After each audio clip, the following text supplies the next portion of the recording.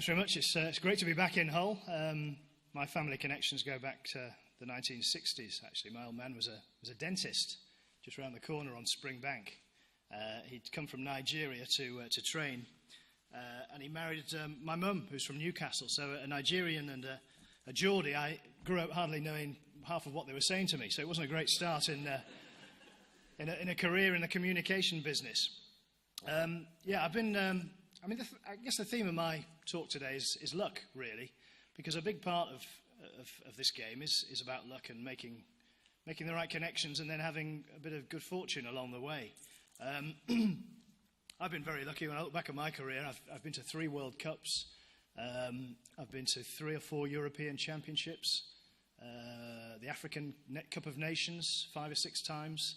If you don't follow football, you probably don't know what I'm talking about, but these are the big tournaments that everyone wants to be involved in, both as a player and a broadcaster, or just as a fan, really, because they're the sort of top of the game, really. And it's been great to witness at first hand what, over the years, you'd watched as a kid growing up. And as you say, I've interviewed, probably most of the big name players, the Beckhams, Ronaldos, the Wayne Rooneys, Steven Gerrards, all people like this, Zidane. It's been a wonderful time, really. And what I do now is I have a contract with the BBC, so I report for Final Score on a Saturday. I cover a football match, usually in the Premier League. This weekend it's Hull City against West Brom, which is good because I'm a Hull City fan, although I'll be completely neutral on the day, as you can imagine. I'll do some interviews after the game for Match of the Day, so when you see the managers or players being interviewed after the game, quite often one of those interviews will have been by me. And then I will do during the week a feature for Football Focus, which is not a news programme. It's more of, well, it is what it is. It's a feature programme looking ahead to the weekend's action, interviewing some of the big players, big managers, and setting up the day's football action for the football fans out there who are either watching from their armchair or are going to a game to see it live. So I have a contract to do that, and I'm also a freelance like a couple of the other speakers. So I'm allowed to go and work for other people, including BBC News Channel. Sometimes you'll see me presenting the sport on there. I used to present the sport here in Hull on BBC Look North, but I don't do that anymore. I work for an organisation called Premier League Productions, who sell programmes around the world about the Premier League. News programmes, features programmes, phone-ins, that kind of thing, to 155 countries around the world are absolutely obsessed with the Premier League. So it's, in an uncertain time when you're looking for work, it's good to know that there is part of the marketplace that is expanding, and certainly the Premier League and the overseas market for the Premier League is one of those areas that it is expanding. So that's where I'm at the moment, really. As I say, I've been very lucky. When I started, I guess my only ambition was to play football. My ambition was to be centre forward for Hull City. That would have topped it all, really. It wasn't good enough. So, and I went to a school that played rugby, so that was the end of that anyway, really. So instead, I sort of followed a traditional path, really. Stayed on at school, did my A-levels, went to university in Newcastle, and did a degree in politics. I was never particularly fascinated by politics, but took a mild interest, and it was an academic subject that would leave my options open at the end. And then at the end, at the age of 21, all of a sudden you're confronted with, what am I going to do with my life? What is my career going to be? My old man wanted me to be a dentist, but peering into people's mouths for a living never really appealed. And I did read somewhere that of all the traditional professions, there's the highest suicide rate among dentists. So I thought, no, it's a no-no. I'll go back to my original plan, which is something to do with football or sport generally. And I looked around and I found a course rather like the one that you're doing. Mine was in Preston. It was called Lancashire Polytechnic there. I think it's called the University of Central Lancashire now. And I did a 1-year postgraduate course to learn the nuts and bolts really of radio journalism rather than anything else. It was before the days of the explosion in multimedia. You went down a sort of singular path, radio, TV, print, and I chose radio at that time. Had no interest in working in TV. It all seemed a bit complicated. And radio for me was where it was at that stage. There were only a handful of those courses around at the time, I think 8 or 9 up and down the country. Since then, there's been a kind of explosion in the number of courses that are offered to students who want to learn about media, journalism, and all the various sort of offshoots of that. But the course I did was good. It was a great year in Preston. There's some people on there who, well, everyone went on to make a career in the business. Ian Payne, who's on 5 Live, a very good sports broadcaster, was one of my classmates. Rob McCaffrey, who was on Sky for a long time. He now makes his living working overseas in Dubai, earning a fortune presenting the Premier League to many of the Middle Eastern countries and living the life of luxury and following football. So, very, very pleasant life he's got. But as I say, countless others making their living in various parts of the media, whether it's print, whether it's behind the scenes in TV, producing programs, or even, management level, running stations, running organisations, and having real positions of influence. After I'd finished my course at Preston, I moved on to Sheffield and got a job working. I'd had an attachment at Radio Hallam and was really focusing on news at that time. Never really had ambitions down the line of sport specifically, although I dabbled in it a little bit. And I eventually got a job there, started as a trainee, learned some of the ropes, some of the kind of stuff that you don't learn in college, some of the sort of, making the hard yards and getting bawled out by people and editors who weren't happy with your work and, generally being abused and learning that, it's a bit of a tough trade out there. So that was a good grounding, really. After that, went to regional television in Leeds, Look North. Again, on news, really, presented the programme a few times. And then the main presenter, Harry Gratian, I don't, you're probably familiar with Harry, although you have a separate Look North here now from the one in Leeds. Harry left, and the editor approached me about doing the sport full-time. That was about 20 years ago. And I thought, it's kind of now or never. So I just immersed myself in sport from that day on. Covered a lot of Leeds United, dirty word in these parts, Yorkshire cricket, rugby league, and had a great time. Really loved it. Covered some big stories.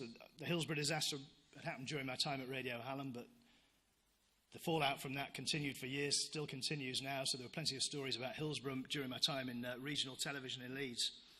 I got a real good grounding and felt that, I'd kind of established myself and was ready to have a crack at network TV. And I went on attachment initially to BBC Choice, which became BBC Three, now defunct, or about to be.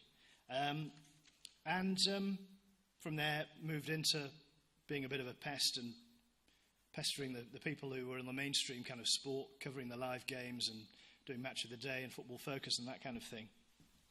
And that kind of brings me on, really, to the qualities that you need to get on. I think we've touched on it already. Obviously, you need to have some ability, some feel for the area that you're going into. You need to work on your game. I just did an interview with one of the guys out there and said this, that you've got to work on your game, your weak points and your good points, especially your weak points. If there's some area of your interview techniques, say, or your screen presence, if you're going to do TV, or your writing is not as sharp as it might be, look at people who are good, who you think are good and you rate, and take from them what you can. Learn from them. I mean, my sort of role models, if you like, were people like Michael Burke, who was a newsreader that some of the older generation might remember, who I always thought had terrific authority, but he also had a kind of relaxed, I could go for a beer with this guy, kind of manner. And I thought that was a quite a magical combination that worked for him. And I thought, well, I'm not going to model myself on him directly, but I'm going to take some of that and try and impart some of that to what I do. So he was a big influence on me. So yeah, ability. Determination is absolutely key, because you will get setbacks, you will get people telling you you're no good, that your work's not up to scratch, that, there's too much competition out there, I can't use you, there's half a dozen people better than you. So, presented with those facts, you've got to be doubly determined. You've got to be really tenacious. To be, it's a fine line, really, you tread between being a pain in the backside and being tenacious, because they're interchangeable, aren't they? You pester some editor for a slot on his programme. Are you being a pain in the arse, or are you being determined and committed?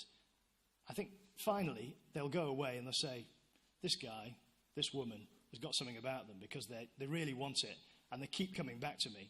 Although it's a pain, I recognise that they are determined and possibly they deserve their chance. Rosie talked about the separation between PR and journalism. And there is a separation, but I use the example of a guy I used to work with called James Mason, great name for sort of media career, who found it slow going when he first got started. He got a bit of freelance work working, doing broadcasting sport, but he also couldn't make a living from it. So he was light on his feet. He found other ways of making a living to sustain him while he got his journalism career going. So he did a bit of PR work, dirty word in Rosie's book, I know. Did a bit of PR work, writing press releases for corporate customers. He did a bit of interior design.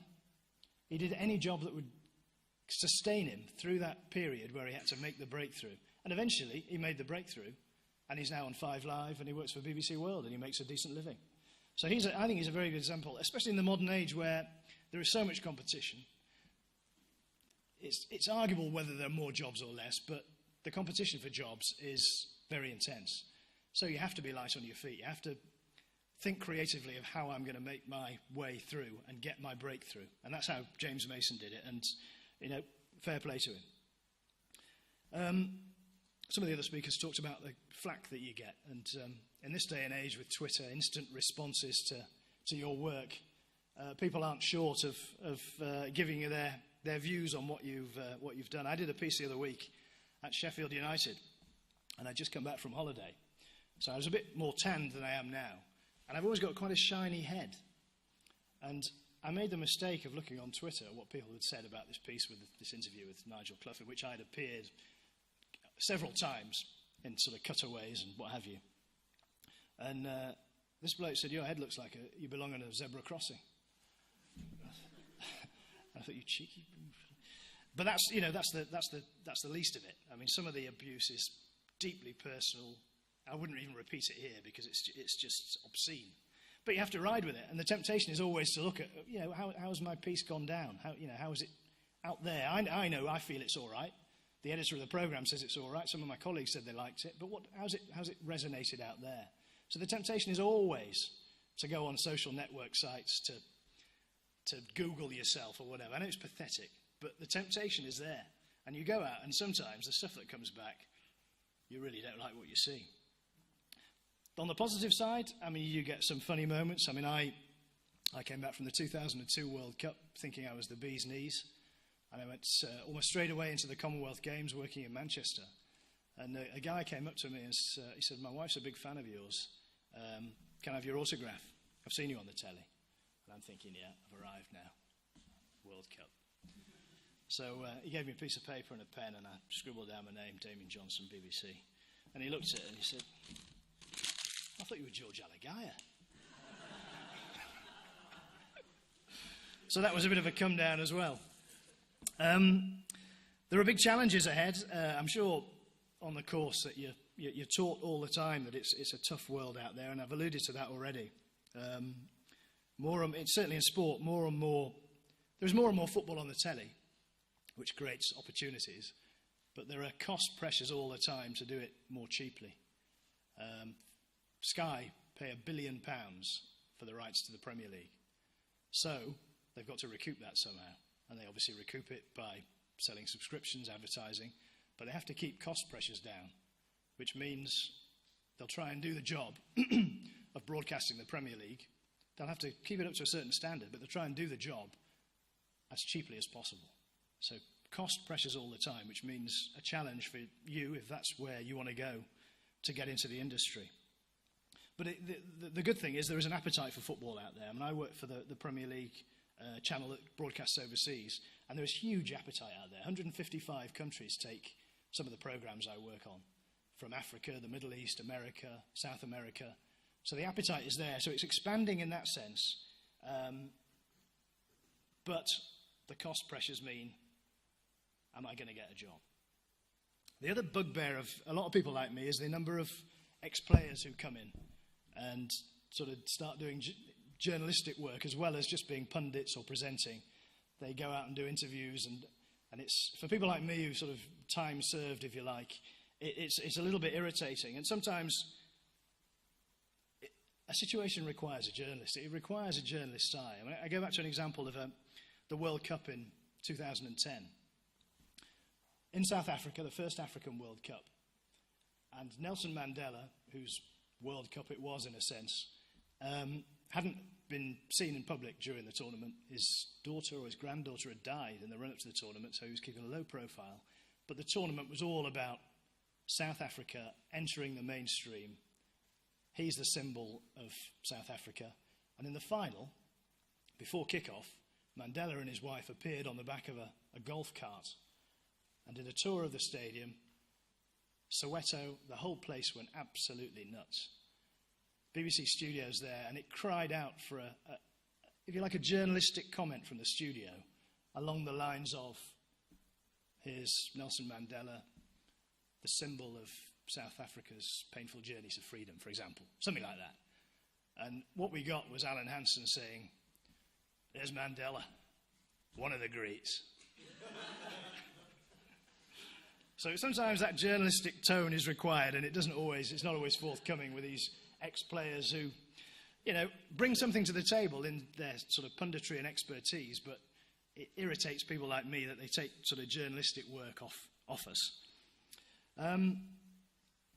So my advice, I think, are we coming towards the end? I don't know how we're doing for time, but my advice really to anyone aspiring to get into the business now is rather like Rosie said, to have a natural curiosity, to want to know about people, to find out the answers to questions. Just be nosy.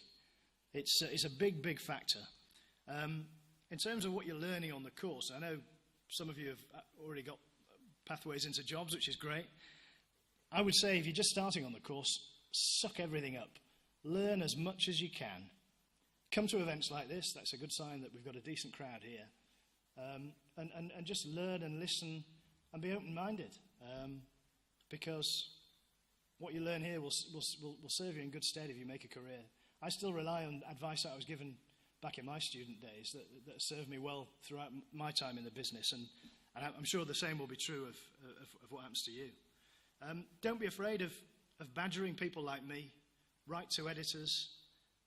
I know a guy who works for 5 Live, Ian Dennis, who's the senior football correspondent, who still to this day has a letter that he received in response to a letter he sent to John Motson. He's one of the most famous football commentators in the country, who took the time out to write back and advise him the steps to take to become a successful football broadcaster. And he still cherishes that letter, still has it, and it's one of his sort of dearest possessions. And he really appreciates the fact that John Motson took the time to write to him and to offer some useful advice. So, yeah, pester people. I mean, one of the best things you can do, if it is broadcasting you want to go into, is try and get your foot in the door at the local radio stations. Because I was saying to someone before, local radio is absolutely skint. This is not just the BBC, it's commercial stations as well. They have no money to spend. So they're desperate for a pair of hands, a keen, enthusiastic young thing to come and do stuff. And once you make yourself useful, you get your foot through the door, make yourself useful, you don't know where it's going to lead. I mean, I've got a friend who works for CBC in Canada, and he did exactly the same thing at the age of 15. He came in and volunteered to make tea, clean cartridges, which is an old form of broadcasting that's long defunct. Big stack of cartridges that you play the audio into the programs on, and they had to be cleaned at the end of every day, piles of them, and he just cleaned them. He made himself useful, he got his foot in the door, he got a job, and now he works for CBC in Edmonton in Canada. Made a very good career himself because he hustled and harried and he had a go at an early age. Don't doubt yourself. Volunteer, go in, dress correctly, look them in the eye, and have a go. That's the main thing. Have a go. Be determined. And the final factor is luck. You need a huge amount of good fortune. Things don't fall in your lap, but sometimes something just goes in your favour. I was telling someone before, I got my foot in the door at Football Focus, having always wanted to work for them, and being knocked back all the time. No, we can't use you this shit. Anyway, I did a piece with a footballer who was doing very well at the time for Sheffield Wednesday, Benito Carboni, an Italian. And he, normally a football interview might take place at the training ground in front of a black drape. It might be, fairly pedestrian. But we arranged to meet this footballer in an Italian restaurant. It was a bit kind of, not seedy, but it was a bit kind of atmospheric, a bit like something out of The Godfather with nice old sort of prints and paintings on the wall. And he turned up in a flash Mercedes sports car. And he was very accommodating, did a really good interview. And I said, chancing my arm, he could have quite easily said, no, I've got to go. Can we go out in the car with you? And up into the Peak District. It's a nice sunny day, great views of the Peak District and back into Sheffield, and car up and past, speeding, something out of, some film. And he agreed to do it. And it was only because I took a chance and asked him.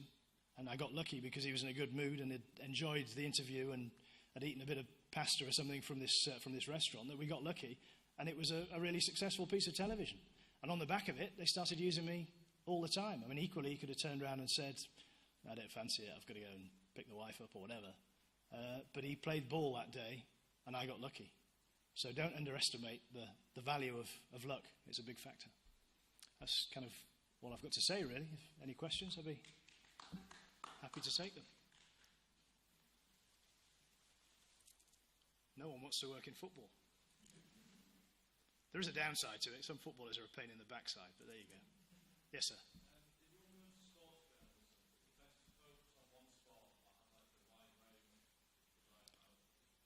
I think initially have a wide range, because then you don't cut your options down as you're trying to make your way in. It's good to specialise eventually, because I think the people that you're interviewing, when they recognise you as someone who does football, you instantly gain a bit more respect. Not a massive amount, but that recognition thing is quite useful. So when I'm standing in what they call a mixed zone at an England match, post-match you have an organised sort of queue, and all the broadcasters stand in a line, and the players are contractually obliged to walk through and give some quotes about the game. The fact that I work for the BBC and that they may have seen me on the telly means that instead of just saying, I'm not doing that, I'm just walking. Some of them actually hold the phones and pretend they're too busy. And then the phone goes off and you think, hang on, you're not that busy, are you? So the fact that they recognise you means that they will stop more readily. I think it's always a good idea to, I was saying this before, to decide what your main sport is, and then have something that's a bit minority, a bit niche, a bit sort of off the beaten track as a little backup. Because you never know when you're in an office, the editor might say, well, anyone know anything about netball? Or, I don't know, water polo or basketball or whatever. And if you've got that little extra string to your bow, it can come in handy. Any more?